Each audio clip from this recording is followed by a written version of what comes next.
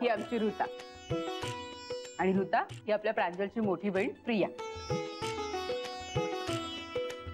पळून जाऊन लग्न केलेली तूच ना ग?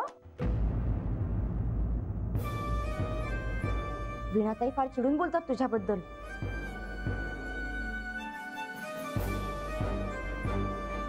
ऋता, देवाने तोंड दिले म्हणून बोलत सुटायचं का? तू चल माझ्यावर किचन मध्ये आणि तुम्ही दोघे पण या पटकन. आले मी.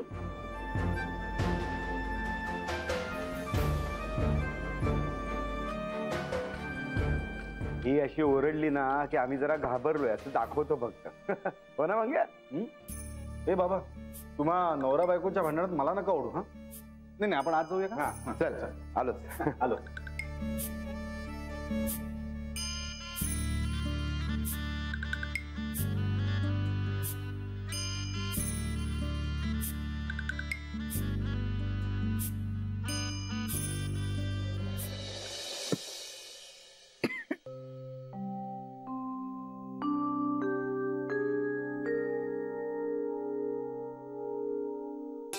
प्रिया, आओ.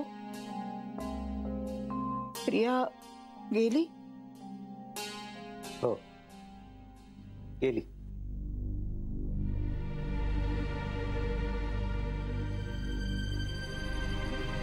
कुठं गेली? मगाशी हाकलून दिलंस ना तिला, आता कशाला विचारतेस कुठं गेली म्हणून? तुला काय करायचंय? असं कसं असं कसं? अहो आई आहे मी तिची. हो ना, मग ती संकटात असताना काय झालं हे न विचारता वाटेल तसं बोललीस तिला, तेव्हा कुठं गेलं होतं तुझं आई पण? हे पहा, तुम्ही उगीच माझ्यावर चिडू नका. जे काही झालंय ना ते तिच्यामुळेच झालंय. मी तिला आधीच बजावलं होतं तिकडचं रडगाणं घेऊन इथे यायचं नाही म्हणून. सांगा ना, प्रिया कुठे कुठं गेलीये? ती जिथे आहे ना तिथं सुरक्षित. आणि प्लीज मला पुन्हा हा विषय इथे नकोय. झोप झोप तू शांतपणे. खूप त्रास झालाय तुला मगाशी आणि तो वाढावा अशी माझी तर इच्छा नाहीये.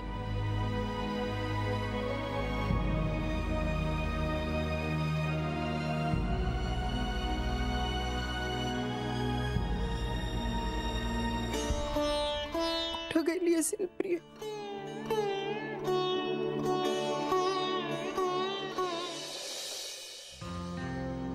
वहिनी, माझ्या मते ना करेक्ट डिसिजन आहे तुमचं. नाही म्हणजे जरा धाडसी निर्णय आहे, पण अडचणीत असलेल्या माणसांना मदत करणं कधीही चांगलंच असतं. काय चांगलं असतं मंग्या? मला अजिबात पटलेलं नाहीये. कालिंदी, तू तिला इकडे आणून मोठी अशी चूक केलेली आहेस. काय चूक आहे दादा? अरे म्हणजे काय, हा त्यांच्या घरातला मामला आहे, आपण कशाला त्यात लुडबुड करायची? पण उल्हासराव चांगले समर्थ आहेत, भरपूर पैसा आहे त्यांच्याकडे. ते त्यांच्या या मुलीला अगदी सुखात ठेवू शकतात, म्हणजे हॉटेलमध्ये वगैरे. हॉटेलात? काय बोलताय तुम्ही? एकटी मुलगी हॉटेलात राहणार? मला सांगा, तुम्ही हे बोलताय खरं, पण तुम्हाला मनापासून पटतंय का हे? आपला थेट संबंध आहे का तिच्याशी? ती आपल्या सुनेची बहीण आहे, एवढंच ना. पण आतापर्यंत आपण अशा कितीतरी जणांना मदत केली आहे ज्यांच्याशी आपला काही थेट संबंध नव्हता. हो हो काय हो, यात त्यांनी पळून जाऊन लग्न केलं. दादा, पुढचं बोलायच्या आधी एक गोष्ट लक्षात ठेव, तुम्ही सुद्धा पळून जाऊन लग्न केलं होतं. माहितीये मला, पण हिची केस वेगळी आहे.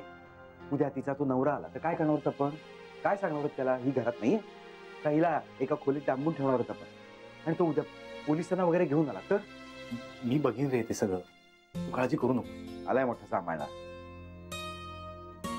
तू कशालाही रिस्क घेतलीस. हे बघ दादा, यात काही रिस्क काय असं मला तरी वाटत नाही. हे जरा विचार कर ना. काली, तूही आता विचार करणं बंद केलेला आहेस का? बरं चाल, पोलिसांचं राहू दे. उद्या हे वीणा त्यांना कळलं तर केवढा अनर्थ ओढवणार आहे. बरं, त्याचे परिणाम राया, प्रांजल आणि मलाही भोगावे लागणार आहे.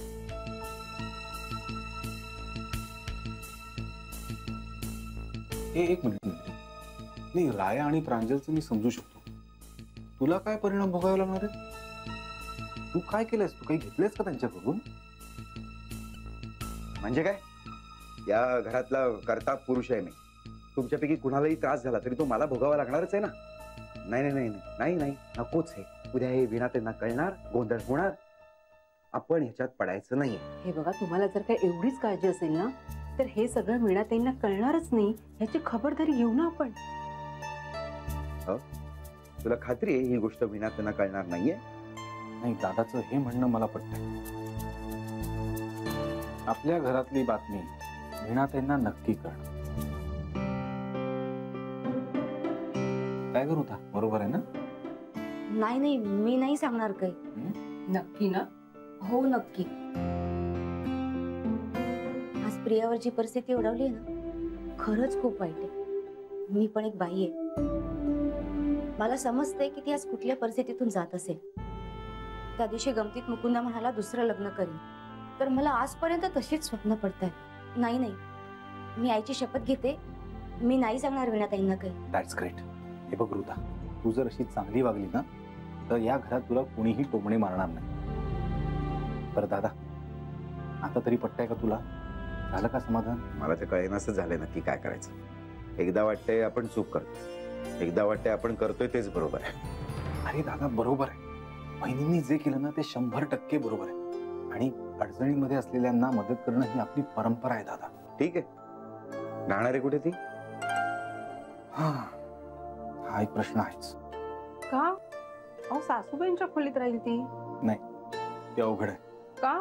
काय, मगाशी मनमानी भांडून ती खोली माझ्याकडनं घेतलीये. आपलं सगळं सामानही तिकडे शिफ्ट केलंय. आणि आता मला कोणीही डिस्टर्ब करायचं नाही असं सांगून आतून कडी लावून अभ्यास करत बसली. आणि आता जर का तिला त्या खोलीतून बाहेर जायला सांगितलं ना, तर ती तसं काहीही करणार नाही. ती आपली मुलगी आहे. या घराचे संस्कार आहेत तिच्या. तुम्ही ना प्रियाशी बोलत बसा, मी मनवाशी बोलते.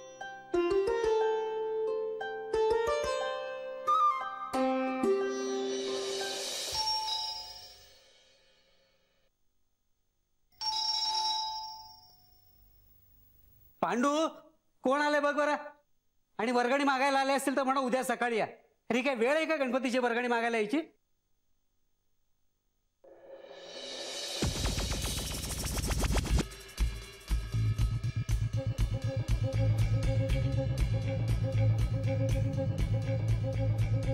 नमस्कार पांडोबा साहेब, तुम्ही?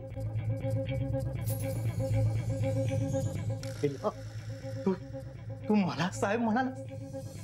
या या गरीब पामराला तू साहेब म्हणाला? भैरव म्हण भैरव, चालेल. तुम्हाला आत येऊ द्यायचं नाही असं सांगितलंय साहेबांनी. हो चल वेडा. हे ना गरीब लोकांशी ना ही श्रीमंत माणसं अशीच वागतात रे. ऐ, तू काय मी काय जे त्यांनी सांगायचं आणि आपण ऐकायचं. किती वर्ष चालणार आहे सांग ना मला, किती वर्ष चालणार आहे? कधी कधी आपण नाही ऐकायचं त्यांचं. अरे हो, पण तू खाल्ल्या मिठाला जागणाऱ्यांपैकी आहेस ना, काही उपयोग नाही. पांडोबा, पगार वाढला का रे तुझा? नाही म्हणजे तुझ्या चेहऱ्याकडे बघून असं वाटतंय की तुझा पगार नसेलच वाढला. पण तू काही काळजी करू नकोस, काहीही काळजी करू नकोस. काय ना, आता ना मला खूप मोठी लॉटरी लागणार आहे. लॉटरी 6 लाख रुपये मिळणार आहेत. कदाचित त्याच्यापेक्षा जास्तही पैसे मिळतील. मग तू माझ्या बरोबरच काय, मग तू म्हणशील तेवढा पगार. ठरलं? ठरलं. बर पांडोबा, मला सांग, माझी बायको कुठे आहे रे? त्या इथे नाहीयेत. काय ना पांडू, माझ्या या कानांना खोटं ऐकायला आवडत नाही. मग ते माझ्या या हातांना सांगतात आणि मग ते समोरच्याचं थोबाड फोडतात. आता सांगतोयस का फोडू? सांगतोयस ना? कुठं आहे माझी बायको? अरे पांडू कोण आहे? मी आहे.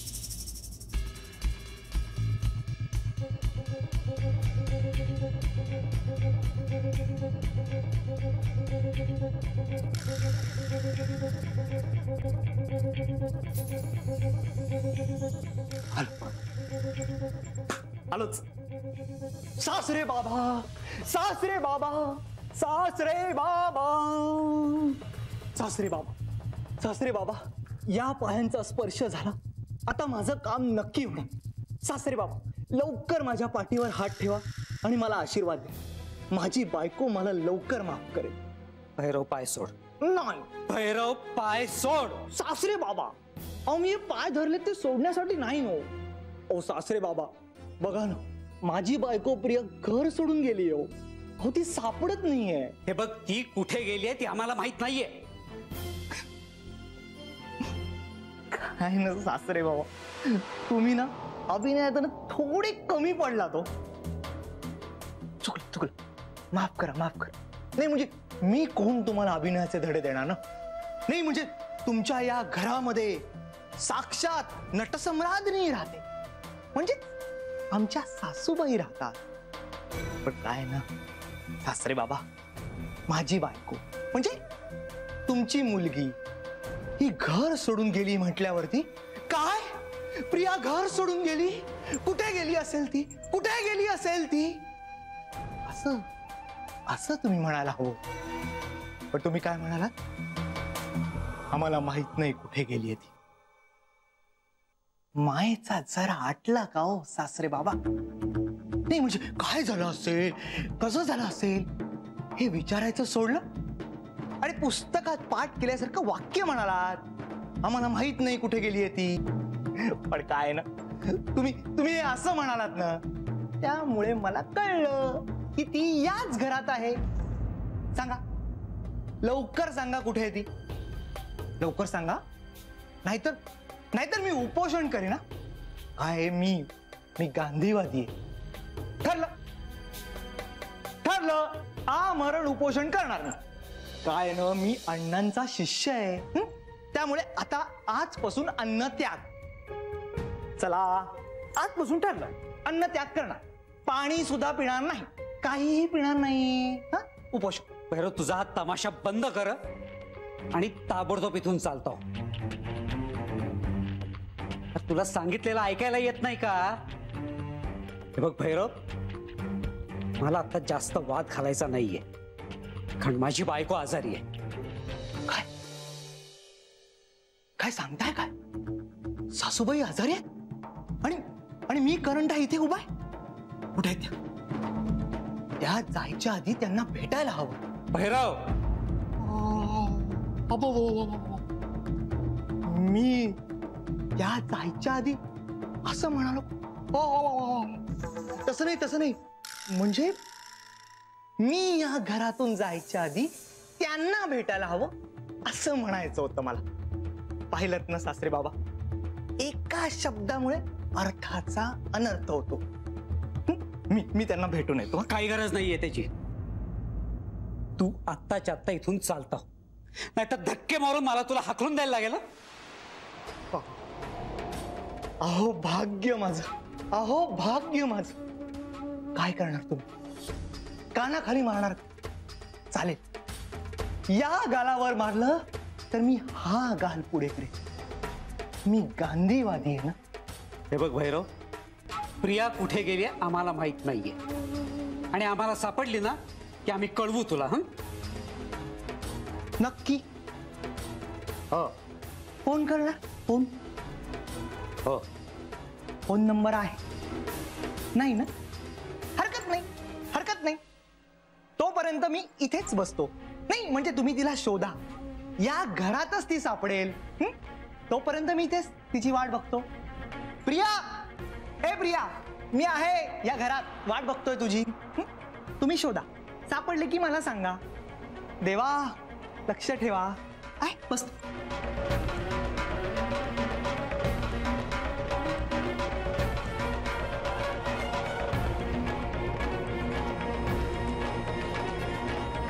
आम्हाला ना एक अशी अतरंगी माणसं भेटतात ना. माझा तर एक पेशंट आहे, तो दवाखान्यात आला की प्रत्येक वेळेस मला विचारतो, काय डॉक्टर तब्येत कशी आहे? म्हणजे डॉक्टरला तब्येत कशी आहे असं विचारणारा हा एकमेव पेशंट असा. मग तुम्ही काय म्हणता? म्हणणार काय, बरं आहे म्हणतो. हा, पण एकदा मी त्याची फिरकी घेण्यासाठी त्यांना म्हटलं की मला ना जरा सर्दी आणि खोकला झालाय. तर ते मला काय म्हणाले माहितीये? काय म्हणाले, तुम्ही ना तुमची तब्येत जरा बऱ्या डॉक्टरला दाखवा. नाही हा काका, हा बनवलेला किस्सा आहे. अगं खरंच? बरं बरं, ठीक आहे ठीक. पुढच्या वेळेस ते जेव्हा माझ्या दवाखान्यात येतील ना, तेव्हा मी फोन करून तुला बोलवून घेईन. मग तू त्यांना भेट, मग तर झालं. हे ताई, तुला हे खरं वाटतंय का? म्हणजे असा पेशंट असेल का? मी सांगतो. बरं का प्रिया, हे आमचं शेंडे फळ मनवा आणि मनवे ही आपल्या प्रांजलची मोठी बहीण प्रिया. ए हाय प्रिया ताई. हाय. बरं झालं तू आली.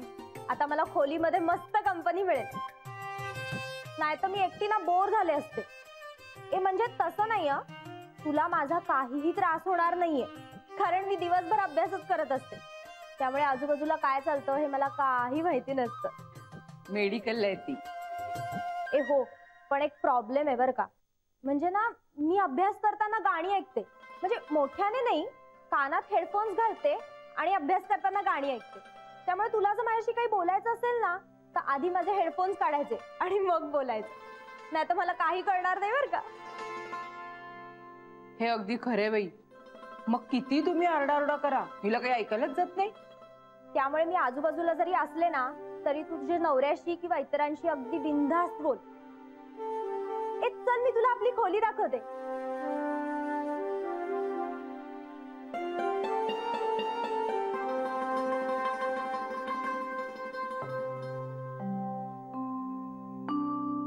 माझे पप्पा सोडून अजूनही चांगली माणसं या जगात आहेत, हे आज कळलं मला. ताई, तू आता तेच तेच विचार नको ना कर. आता तू वेगळ्या वातावरणात आली आहेस ना, त्यामुळे थोडा वेगळा विचार कर. बघ, तुलाच बरं वाटेल. चल, आपण आज जाऊ. प्रांजल अगदी बरोबर बोलते प्रिया. जा आता जरा आराम कर. हा,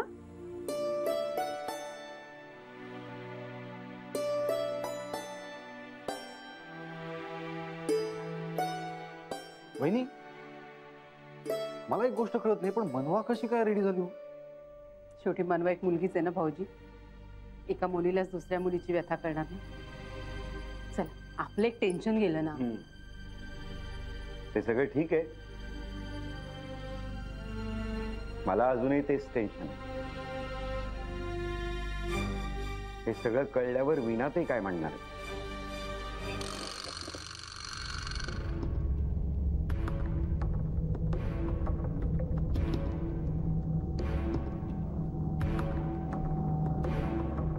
सासरे बाबा, खूप उपकार झाले हो तुमचे. बायकोने सोडलेल्या, भावांनी लुबाडलेल्या, घरच्यांनी बेदखल केलेल्या या गरीब पामराला तुम्ही अमृत तुल्य असा चहा पाजल्याबद्दल मी तुमचा शतशः आभारी आहे. या साखरेला हा भैरव देशमुख एक ना एक दिवस नक्की जागेल बघ. चालतो आता. असं काय करताय सासरे बाबा? हो, बायकोशिवाय कुठे जाणार मी? हो, तिच्याशिवाय मला कोणीही नाहीये हो. माझी बायको आली असेल का हो? बायको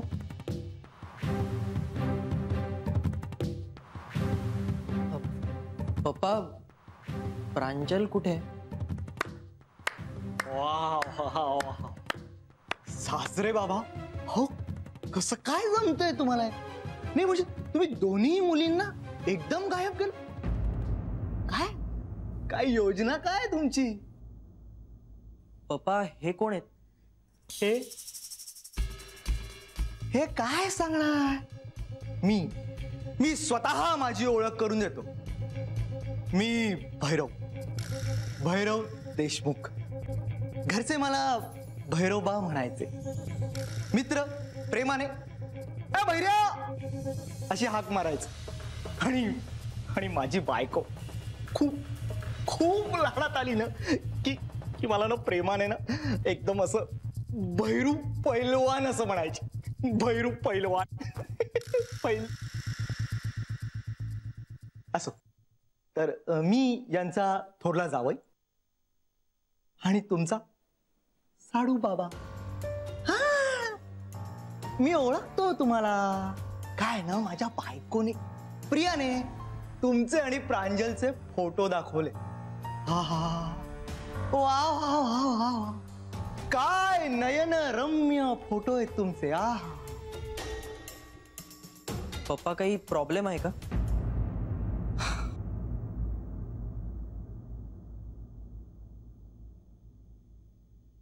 प्रॉब्लेम त्यांना नाही, प्रॉब्लेम या गरीब दीनदुबळ्या पामराला. माझी बायको हरवली. तुमची कधीपासून गायब आहे? ती गायब झालेली नाहीये. सासूबाई आजारी आहेत म्हणून ती इथे आली होती. अरे राया, ती आणि तुझी आई मगाशीच घरी गेले. देवा, लक्ष ठेवा. म्हणजे काय हा नियतीचा खेळ आहे. वा वा. नाही म्हणजे यांची बायको आजारी आहे म्हणून ती आत आहे. आणि साडू बाबा, तुमची बायको तुमच्या घरी मिळत नाहीये. ती फक्त माझ्या एकट्याचीच बायको. काय काय माझ्या नशिबात लिहिलंय देवच जाणे. आता ती भेटल्याशिवाय मी काही इथून जाणार नाही.